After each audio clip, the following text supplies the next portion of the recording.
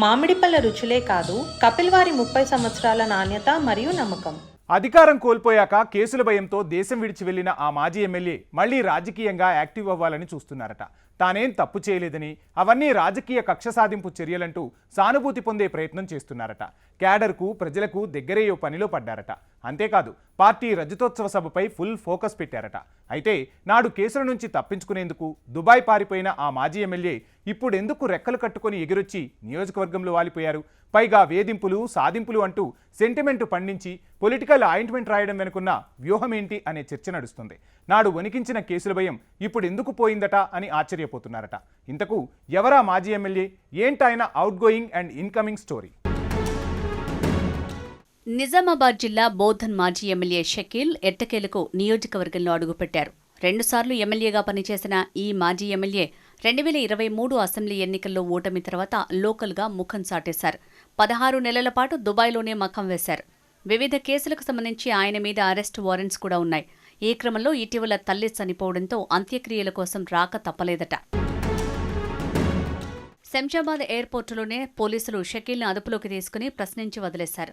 అంత్యక్రియలు ముగిసిన వెంటనే అరెస్టు చేస్తారనే ప్రచారం జరిగినప్పటికీ ఆయన మాత్రం బోధన్, హైదరాబాద్కు తిరుగుతూనే ఉన్నారట. పైగా నియోజకవర్గంలో బీఆర్ఎస్ రజతోత్సవ సన్నాహక సమావేశం ఏర్పాటు చేసి మౌనం వీడారు. తనపై వచ్చిన అవినీతి ఆరోపణలు, పోలీసు కేసుల గురించి క్యాడర్కు క్లారిటీ ఇచ్చారట. తనను, తన కుమారుణ్ణి అక్రమంగా కేసుల్లో ఇరికించి ఇబ్బంది పెడుతున్నారంటూ సెంటిమెంట్ ఆయింట్మెంట్ పూసేసినట్టు తెలిసింది.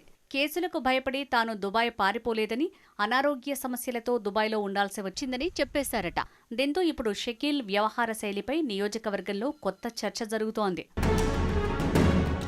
షకీల్ రాజకీయంగా మళ్లీ యాక్టివ్ కాబోతున్నారా? ఆయనకు ఇప్పుడు కేసుల భయం పోయిందా? ఎన్నాళ్లని దాక్కుంటాం, పెడితే కేసులు పెట్టుకోనివ్వండి అని తెగించేశారా? ఎలాగూ తల్లి చివరి చూపుల కోసం రాక తప్పింది కాదు, ఇక మళ్లీ పరుగులు పెట్టడం ఎందుకు, ఇక్కడే ఉండి తాడో పేడో తేల్చుకుందామని అనుకుంటున్నారా అంటూ రకరకాల చర్చలు జరుగుతున్నాయట బోధన్లో. కొడుకు మీద ర్యాష్ డ్రైవింగ్ కేసు, అతన్ని తప్పించే ప్రయత్నం చేశారంటూ షకీల్ మీద కేసు బుక్ అయ్యాయి. అంతకుముందు ప్రభుత్వ ధాన్యాన్ని మాయం చేశారనే ఆరోపణలపై పౌర సరఫరాల శాఖ సైతం షకీల్పై పలు కేసులు పెట్టింది. వీటి భయంతోనే ఆయన దుబాయ్ వెళ్లిపోయారని ప్రచారం జరిగింది. ఫలితంగా నిన్నటి వరకు నియోజకవర్గానికి, పార్టీ కార్యక్రమాలకు దూరంగా ఉండిపోయారు. ద్వితీయ శ్రేణి నేతలతో పాటు క్యాడర్ సైతం తమకు దిక్కెవరంటూ పార్టీ పెద్దలను కలిశారట. కొత్త ఇన్ఛార్జిని నియమిస్తామని పార్టీ పెద్దలు భరోసా ఇచ్చిన టైంలోనే నేనున్నానంటూ ఎంట్రీ ఇచ్చేశారు షకీల్. పైగా ఆరోపణలన్నింటికీ ఇప్పుడు వివరణలు ఇచ్చుకునే ప్రయత్నం చేస్తున్నారు. కాంగ్రెస్ సిట్టింగ్ ఎమ్మెల్యే సుదర్శన్ రెడ్డి ప్రజలకు అందుబాటులో ఉండటం లేదని, అధికార పక్షాన్ని నిలదీసి ప్రజా సమస్యల పరిష్కారానికి తానిక పూర్తిస్థాయిలో అందుబాటులో ఉంటానని చెప్పుకొస్తున్నారట మాజీ ఎమ్మెల్యే.